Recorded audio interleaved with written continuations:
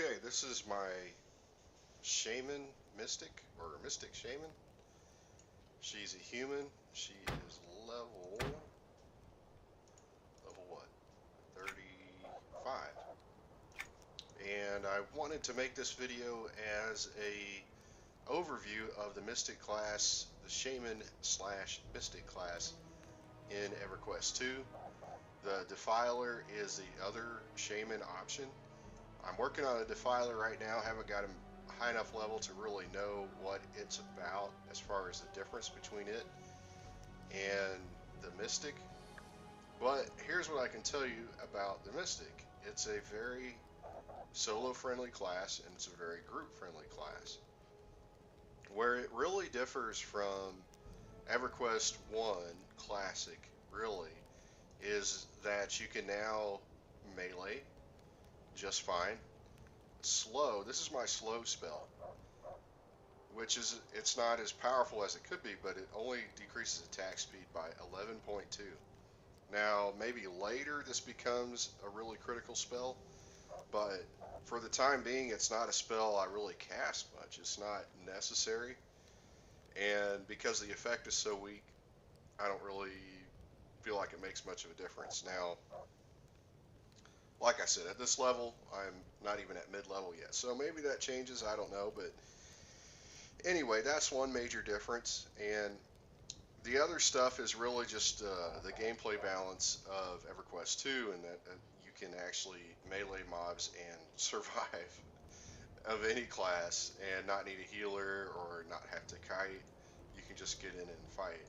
So if you're the type of person who played a shaman in EverQuest Classic and you really liked meleeing, you like to get in there and fight, this is a nice alternative. This is something similar but different.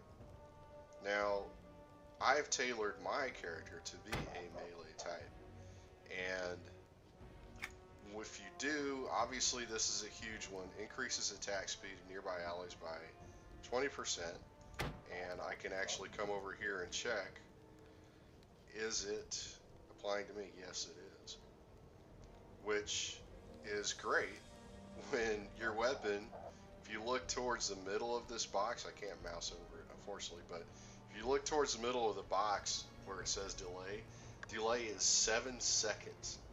Now this is a two-handed weapon, so yeah, it's going to be slower, but it's a very good weapon.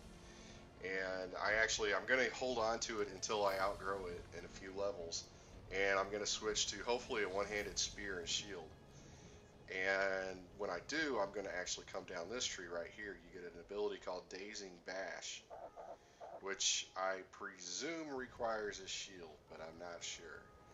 But anyway, I've got this tree filled up because besides the haste effect, my pet, every time your pet attacks, there's a chance that a group ward will be cast on the party. So what is a ward? A ward is different from the direct heals of EverQuest 1. You do get direct heals, but I'm not so much a fan of direct heals. I prefer heal over times, or in this case, I like wards. And you get several. You get a small one, then you get a group one, then you get a big one. So I'm going to go ahead and cast it, and it's instant. I love it. And I'm going to go ahead and pull him. This spell is awesome. It's a debuff, and a debuff does more than just make your spells harder to resist. It actually increases spell damage.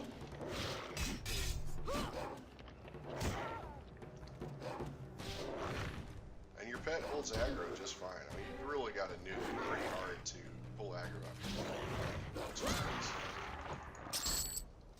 So that big zero, that was my ward telling me it didn't heal any damage. So I didn't take any damage, which is pretty nice. And of course you gotta, if you're playing a shaman, you gotta have bear form. Bear form is a pretty big buff to a lot of stuff. It increases your mitigation versus spells, increases your stamina, wisdom. It's good to have up. But I'm the type of person who actually likes to look at my character as I'm playing, or just have my regular form visible. The wolf just, I'm sorry, the bear doesn't really do much for me, but it's cool. It's you know, a matter of preference, I guess. So I always start using my magic debuff.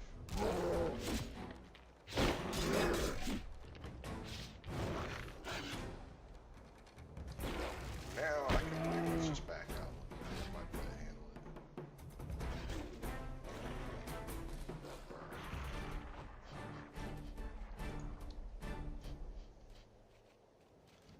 Okay, let me try and get out here a little bit. I'm gonna take bear form off. And for people who were hardcore EverQuest Classic players, this is Kaladin. Kaladin was taken over by kobolds, and when you go in Kaladin, it's now a pure dungeon at this point. There's heroic mobs. These are heroic level 1 mobs, which means it's perfectly easy for you to take one down, but they're not quite cannon fodder like the just plain Jane mobs that you usually quest against. And these guys have levels of heroic. Every time, for every triangle right here, it means it's that much harder. And if it's got 3 triangles, it's going to give you a hard fight. It's basically like rewinding back to EverQuest 1 as far as the difficulty goes, because it is going to hurt. But these guys are just one triangle, and they're pretty easy to take down, and they have a better chance of dropping loot. They give you more EXP, and they just feel more appropriately challenging. So that's why I like fighting them. You get Spirit of Wolf. Unlike most of your standard buffs in your group buffs in EverQuest 2, it actually is only a half-hour duration, which is kind of a shame, but I guess it was just kind of a callback to EverQuest 1 and the whole buffing bit of the Shaman. But the Shaman buffs, basically, you cast them once, and they hold up permanently to the group as long as you're on your feet and alive. And that's something I really like. I know there's a lot of people who maybe liked the buffing, and I just didn't care for it, just because a lot of the buffs were of questionable value, which was proven in parses as time went on. But you know, there's people who like to ask for buffs, and there's Shaman who like to buff, and that's cool. But as far as the profile and the gameplay in this class, it's not so much about repeatedly casting buffs. Like, these wards are great because you just precast them. You can precast it on yourself if you're going into a fight, precast it on a tank if you're in a group, and for a little while you don't have to worry about doing any healing up front. It just absorbs or heals back a lot of damage initially. But so I've tailored my AA tree towards melee because I'm really enjoying it. And so you got haste over here, and then you come over here, and this increases the base auto attack multiplier of caster, which means you do more melee damage. And this gives me 16% chance to crit, which is really nice. And then this is just some kind of crazy buff that just, let's see. It grants the chieftain chances to become enraged in combat, increasing attack speed and damage.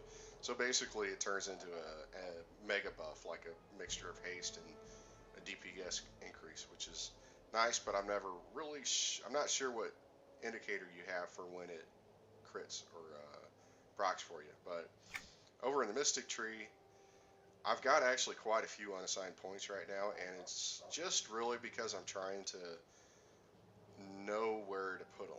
But what I did do right here was I turned Velium Winds into a melee attack. I turned Plague, which is a just regular DOT, I turned it into a melee attack as well. So in my MMO maturity, I've become less patient for long casting spells, and when you turn a spell into a melee attack, it's more or less instant, which is just fine by me. I don't mind instant. And I mentioned the debuff earlier. This actually, when you debuff a mob in EverQuest 2, it doesn't just make it a little bit less resistant. It actually increases the damage of the spells that you've, or the types of spells that you've debuffed it against. Like in this case, it's elemental and noxious damage and it means that your elemental and noxious damage are going to do more damage, which is the way it should be. In EverQuest 1, it was like, okay, I'll cast Malo, I'm going to lower the resist, but Malo's going to get resisted, and all it's going to do is make a mob less resistant. It's not going to guarantee your spells are going to land, and it's definitely not going to make your spells hit any harder. So to me, it's gratifying to have a true debuff that actually does more than just make your rolls a little better. It actually does allow you to do more damage when you cast attack spells on a mob. So, like I said, the melee goes very well. It's well tuned in my opinion. It's Shaman. The Mystic Shaman isn't, I would say, the most powerful class, but I would imagine since you can hold your own just fine solo,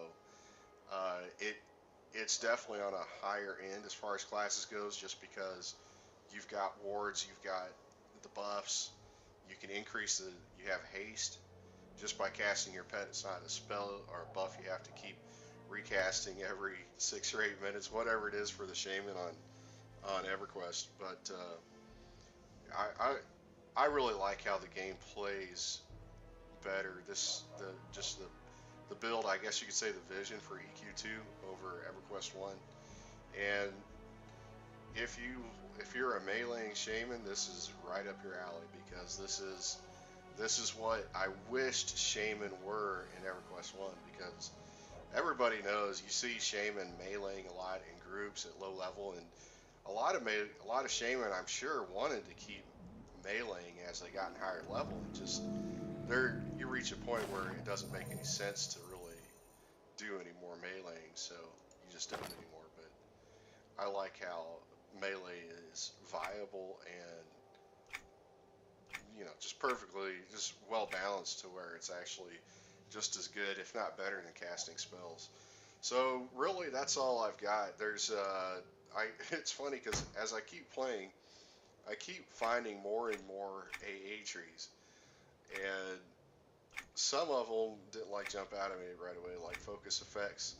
This lets you really narrow down what you want to improve. It can be for melee crits, one of your buffs. You pick where you want to specialize, and it gives you just a little boost to it. And then this is where you make one of your spells a Grandmaster ability, and I chose my group buff because of the options, it's really the best one to me, in my opinion, at my level. So I picked it. But that's really all I got. I'm gonna keep doing more videos on EverQuest 2. Hopefully, I